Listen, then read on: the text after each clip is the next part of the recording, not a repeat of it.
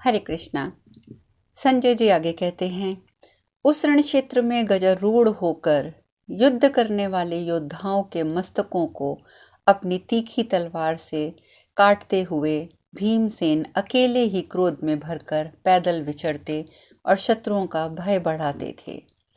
उन्होंने यमराज का भयंकर रूप ले रखा था। वे मूढ़ सैनिक गर्जना करते हुए उन्हीं के पास दौड़े चले आते और मारे जाते थे, और भीमसेन हाथ में तलवार लिए उस महान संग्राम में बड़े वेग से विचरते थे।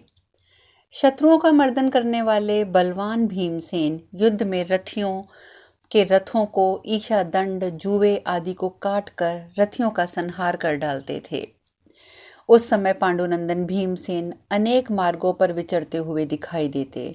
उन्होंने खड़ग युद्ध में भ्रांत, आवेद्य, उद्भ्रांत, आप्लुप्त, प्रसुप्त, प्लुप्त, संपात और समुद्दीर्ण आदि बहुत से पैंतरे दिखाए। पांडुनंदन महामना भीमसेन के श्रेष्ठ खड्ग की चोट से कितने ही हाथियों के अंग छिन्न भिन्न हो गए और प्राण शून्य होकर धरती पर गिर पड़े। कुछ गजराजों के दांत और सूंड के अग्रभाग कट गए। जोर जोर से चिंघाड़ते हुए वे पृथ्वी पर गिरते और मर जाते। हम लोगों ने वहां देखा, बहुत से तोमर और महावतों के मस्तक गिरे पड़े थे। सब वस्तुएं हाथी सवारों सहित गिरी हुई थी और गिरती जा रही थी। कहीं कटे हुए हाथियों के शरीर के उधर भाग पड़े थे तो कहीं अधो भाग पड़े थे।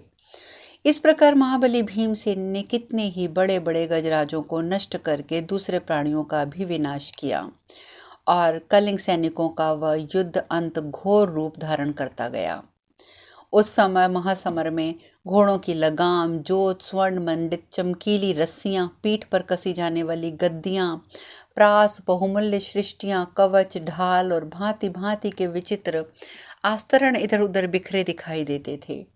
भीमसेन बहुत से प्रासों, विचित्र यंत्रों, चमकीले शस्त्रों की से वहां की भूमि को पाट दिया करते थे। बार बार उछलते, संपूर्ण दिशाओं में दौड़ते और युद्ध के लिए विचित्र पैंतरे बदलते हुए पांडुनंदन भीम लोगों को आश्चर्यचकित कर रहे थे। उन्होंने कितने ही योद्धाओं को पैरों से कुचलकर मार डाला। बहुत दूसरे योद्धा इन्हें देखते ही भय के मारे निष्प्राण हो गए। इस प्रकार मारे जाने पर विवेकशाली कलिंग वीरों की उस विशाल वाहिनी ने रण क्षेत्र में भीष्म की रक्षा के लिए उन्हें चारों ओर से घेर कर भीमसेन पर धावा कर दिया। कलिंग सेना के अग्रभाग में राजा श्रुतायु को देखकर भीमसेन उसका सामना करने के लिए आगे बढ़े। उन्हें आते देख आत्मबल से संपन्न कलिंगराज श्रुतायु ने भीमसेन की छाती में 9 बाण मार दिए। कलिंगराज के बाणों से আহিत हो भीमसेन अकुंज की मार खाई हुई हाथी के समान क्रोध से जल उठे, मानो घी में आहुति पाकर आग प्रज्वलित हो उठी हो। उसी समय भीमसेन ने सारथी अशोक ने एक सुवर्ण भूषित रथ लेकर उसे भीम के पास पहुंचाकर उन्हें भी रथ से संपन्न किया। शत्रुसूदन, कुंती कुमार भीम तुरंत ही उस रथ पर आरूढ़ होकर कलिंगराज की ओर दौड़े। बोले, अरे खड़ा रह, खड़ा रह।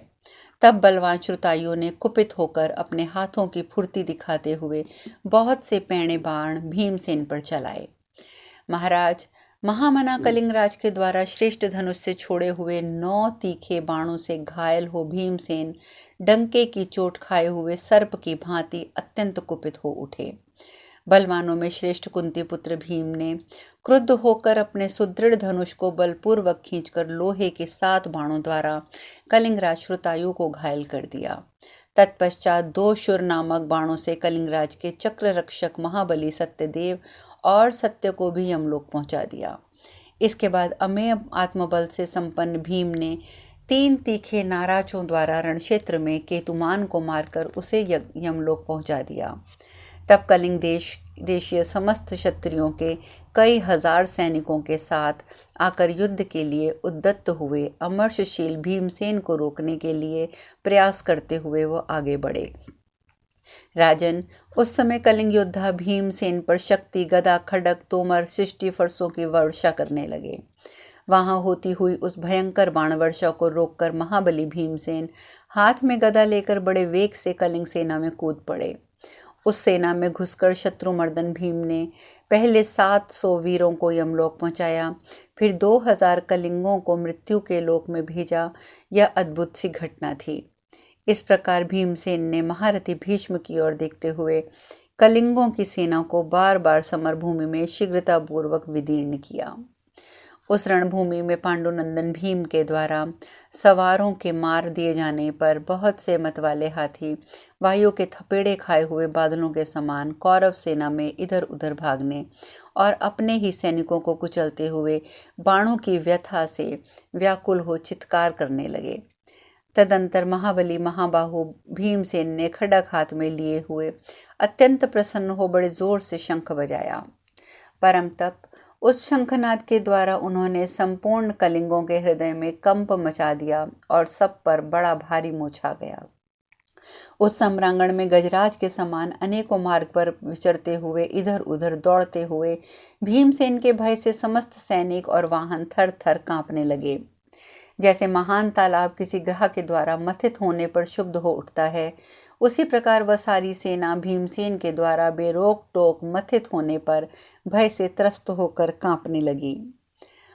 अद्भुत कर्मा भीमसेन के द्वारा भयभीत कर दिए जाने पर कलिंग देश के समस्त योद्धा जब दल बनाकर भागने लगे और भाग भाग कर पुनः लौटने लगे, तब पांडव सेनापति द्रुपद कुमार धृष्टद्युम्न ने अमस्त अपने समस्त सैनिकों से कहा, वीरों, उत्साह के साथ युद्ध करो।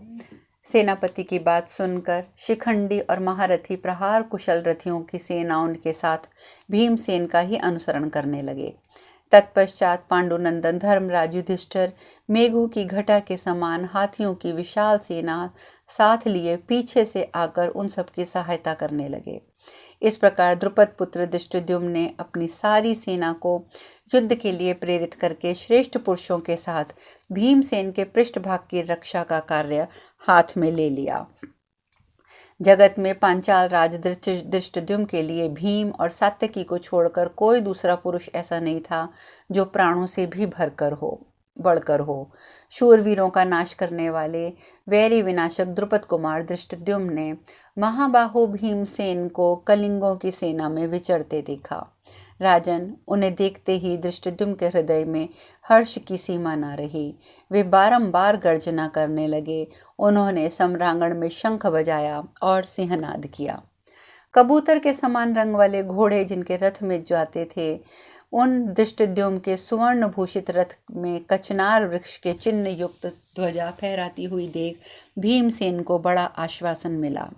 कलिंगों में भीमसेन पर धावा किया है, यह देखकर अनंत आत्मबल से संपन्न धृष्टद्युम्न भीमसेन की रक्षा के लिए युद्ध स्थल में उनके पास जा पहुंचे। उस समरभूमि में मनस्वी वीर धृष्टद्युम्न और भीमसेन ने सात्यकी को भी दूर से आते देखा, अतः वे अधिक उत्साह से संपन्न हो कलिंगों से युद्ध करने लगे। विजयी वीरों में श्रेष्ठ पुरुष प्रवर सात्यकी ने बड़े वेग के साथ वहां पहुंचकर भीमसेन और धृष्टद्युम्न के पृष्ठपोषण का कार्य संभाला।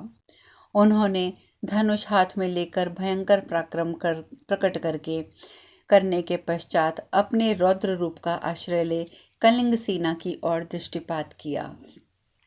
भीमसेन ने वहां एक भयंकर नदी प्रकट कर दी जो कलिंग सेना रूपी उद्गम स्थान से निकलती थी। उसमें मांस और शोणित की ही कीच थी। वह नदी रक्त की धारा बहा रही थी। कलिंग और पांडव सेना के बीच में बहने वाली उस रक्त की दुस्तर नदी को महाबली भीमसेन ने अपने पराक्रम से पार कर लिया। राजन, भीमसेन को उस रूप में आया देख सैनिक पुकार पुकार कर कहने लगे, ये साक्षात काल ही भीमसेन के रूप में प्रकट होकर कलिंगों के साथ युद्ध कर रहा है। तदंतर शांतनु नंदन भीष्म रणभूमि में उस कोलाहल को सुनकर अपनी सेना को सब ओर से व्यूहबद्ध करके तुरंत ही भीमसेन के पास आए। भीष्म ने उस सुवर्ण भूषित रथ पर सात्यकी, भीमसेन और द्रुपद कुमार धृष्टद्युम्न ने एक साथ ही धावा कर दिया। उस समय उन सब लोगों ने रणभूमि में गंगानंदन भीष्म को वेग पूर्वक घेर कर 3-3 भयंकर बाणों द्वारा उन्हें यथाशक्ति पीड़ा पहुंचाई। उस समय आपके पितृतुल्य भीष्म ने वहां युद्ध के लिए प्रयत्न करने वाले उन सभी महान धनुर्धर योद्धाओं को सीधे जाने वाले 3-3 बाणों से बींध कर बदला चुकाया। तदंतर सहस्त्रों बाणों की वर्षा करके उन तीनों महारथियों को रोककर सोने के साज बाज धारण करने वाले भीमसेन के घोड़ों को भीष्म ने अपने बाणों से मार डाला। अश्वों के मारे जाने पर उसी रथ पर खड़े हुए प्रतापी भीमसेन ने भीष्म जी के रथ पर बड़े वेग से शक्ति चला दी। वह शक्ति अभी उनके पास तक पहुंची भी ना थी कि समरभूमि में उन्होंने उसके 3 टुकड़े कर डाले और वह भूमि भूतल पर बिखर गई। नरश्रेष्ठ तब बलवान भीमसेन पूर्णतः लोहे के सार तत्व की बनी हुई भारी गदा हाथ में लेकर तुरंत ही उस रथ से कूद पड़े। इधर सात्यकी ने भी भीमसेन का प्रिय करने की इच्छा से भीष्म के सारथी को तुरंत ही अपने सहायकों के द्वारा मार गिराया। रथियों में श्रेष्ठ भीमसेन भीष्म सारथी के मारे जाने पर हवा के समान भागने वाले घोड़ों के द्वारा रणभूमि से बाहर कर दिए गए। राजन, महान व्रतधारी भीष्म के रणभूमि से हट जाने पर भीमसेन घास फूस के ढेर में लगी हुई आग के समान अपने तेज से प्रज्वलित हो रहे थे। भीमसेन संपूर्ण कलिंगों का संहार करके सेना के मध्य भाग में ही खड़े थे, परंतु आपके सैनिकों में से कोई भी उनके पास जाने का साहस न कर सका। तत्पश्चात रथियों में श्रेष्ठ धृष्टद्युम्न यशस्वी भीमसेना को अपने रथ पर चढ़ाकर सब सैनिकों के देखते देखते अपने दल से ले गया। भरतश्रेष्ठ वहां पांचालों और मत्स्य देशी नरेशों से पूजित हो भीमसेन धृष्टद्युम्न और सात्यकी को भुजाओं में भरकर दोनों से प्रसन्नता पूर्वक मिले। उस समय सत्य पराक्रमी यदुकुल सिंह सात्यकी ने धृष्टद्युम्न के सामने ही भीमसेन का हर्ष बढ़ाते हुए उनसे इस प्रकार कहा, वीरवर, बड़े सौभाग्य की बात है कि कलिंग राज भानुमान, राजकुमार केतुमान, कलिंग वीर शक्रदेव और अन्य बहुत संख्यक कलिंग सैनिक आपके द्वारा युद्ध में मारे गए। आपने अकेले अपनी ही भुजाओं के बल और पराक्रम से कलिंगों के उस महान व्यू को रौंदकर मिट्टी में मिला दिया, जिसमें बहुत से हाथी, घोड़े और रथ भरे हुए थे। उसके अधिकांश सैनिक संसार में महान पुरुषों में गिने जाने योग्य थे। अनगणित वीर योद्धा उस युद्ध महान व्यू का सेवन करते थे। शत्रुओं का दमन करने वाले नरेश ऐसा कहकर बड़ी भुजाओं को सात्यकी अपने रथ से कूदकर भीमसेन के रथ पर जा चढ़े और उन्हें हृदय से लगा लिया। तत्पश्चात क्रोध में भरे हुए महारथी सात्यकी ने पुनः अपने रथ पर बैठकर भीमसेन का बल बढ़ाते हुए आपके सैनिकों का संहार आरंभ किया। इस प्रकार श्री महाभारत का भीष्म पर्व के अंतर्गत भीष्म वध पर्व में द्वितीय दिन के युद्ध में कलिंग राज का वध विषयक 94वां अध्याय पूर्ण हुआ। संजय जी आगे बताते हैं, उस दिन दूसरे दिन जब पूर्वांत का अधिक भाग व्यतीत हो गया और बहुसंख्यक रथ, हाथी, घोड़े, पैदल सवारों का महान संहार होने लगा, उस समय पांचाल राजकुमार धृष्टद्युम्न अकेला ही द्रोणपुत्र अश्वत्थामा, शल्य और महामनस्वी कृपाचार्य इन तीनों महारथियों के साथ युद्ध करने लगा। महाबली पांचाल राजकुमार ने 10 शीघ्रगामी पैने बाण मारकर अश्वत्थामा के विश्वविख्यात घोड़ों को मार डाला। वाहनों के मारे जाने पर अश्वत्थामा तुरंत ही शल्य के रथ पर चढ़ गया और वहीं से धृष्टद्युम्न पर बाणों की वर्षा करने लगा। भरत नंदन धृष्टद्युम्न को अश्वत्थामा के साथ भिड़ा हुआ देखकर सुभद्रा नंदन अभिमन्यु भी पैने बाण बिखेरता हुआ तुरंत वहां आ पहुंचा। उस पुरुष रत्न अभिमन्यु ने शल्य को 25, कृपाचार्य को 9, अश्वत्थामा को 8 बाणों से बींध डाला। तब अश्वत्थामा ने शीघ्र ही एक बाण से अभिमन्यु को घायल कर दिया।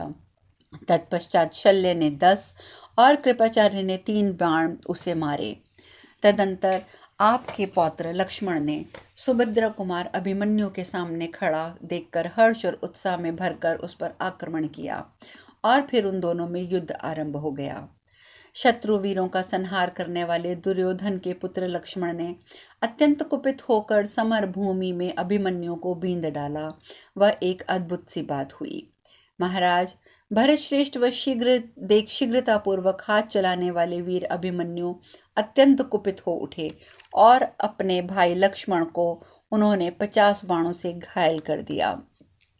राजन, तब लक्ष्मण ने भी पुनः एक बाण मारकर उसके धनुष को जहां मुट्ठी रखी जाती है वहीं से काट दिया। ये देखकर आपके सैनिक हर्ष से कोलाहल कर उठे। शत्रु वीरों का संहार करने वाले सुभद्रा कुमार ने उस कटे हुए धनुष को फेंककर दूसरा विचित्र धनुष हाथों में ले लिया, जो अत्यंत वेगशाली था। वे दोनों पुरुष रत्न वहां एक दूसरे के अस्त्रों का निवारण अथवा प्रतिकार करने की इच्छा रखकर युद्ध में संलग्न थे और पैने बाणों का द्वारा एक दूसरे को घायल कर रहे थे। तब प्रजाजनों का स्वामी राजा दुर्योधन अपने महारथी पुत्र को अपने पौत्र अभिमन्यु से पीड़ित देखकर वहां स्वयं जा पहुंचा। आपके पुत्र दुर्योधन के उधर लौटने पर कौरव पक्ष के सभी नरेशों ने विशाल रथ सेना के साथ अर्जुन कुमार अभिमन्यु को सब ओर से घेर लिया। राजन, अभिमन्यु का पराक्रम भगवान कृष्ण के समान था। वह युद्ध में अत्यंत दुर्जय उस शूरवीरों से घिरे जाने पर भी व्यथित या चिंतित नहीं हुआ। उसी समय अर्जुन सुभद्रा कुमार को वहां युद्ध में संलग्न देख अपने पुत्र की रक्षा के लिए बड़े वेग से दौड़ आए। यह देख भीष्म और द्रोण आदि सभी कौरव पक्षीय नरेश रथ, हाथी और घोड़ों की सेना सहित एक साथ अर्जुन पर चढ़ गए। उस समय हाथी, घोड़े, रथ पैदल सैनिकों द्वारा उड़ाई जाती हुई धरती पर तीव्र धूल सहसा सूर्य के रथ तक पहुंचकर सब और व्याप्त दिखाई देने लगी। इधर सहस्त्रों हाथियों और सैकड़ों भूमिपाल अर्जुन के बाणों के पथ में आकर किसी प्रकार आगे न बढ़ सके। समस्त प्राणी आर्तनाद करने लगे और संपूर्ण दिशाओं में अंधकार छा गया। भरतश्रेष्ठ, उस समय कौरवों को अपने दुस्सह एवं भयंकर अन्याय का परिणाम प्रत्यक्ष दिखाई देने लगा। किरीटधारी अर्जुन ने शस्त्र समूहों से सब कुछ आच्छादित हो जाने के कारण आकाश, दिशा, पृथ्वी और सूर्य किसी का भी भान नहीं होता था। उस रणभूमि में कितने ही रथ टूट गए थे, कितने ही रथियों के घोड़े मार डाले गए और कितने ही रथ युद्धपतियों के रथ भागते दिखाई दिए। अन्यान्य बहुत से रथी रथविहीन होकर अंगद भूषित भुजाओं में आयुध धारण किए जहां तहां चारों ओर दौड़ते देखे जाते थे। अब शेष कथा कल। हरे कृष्णा।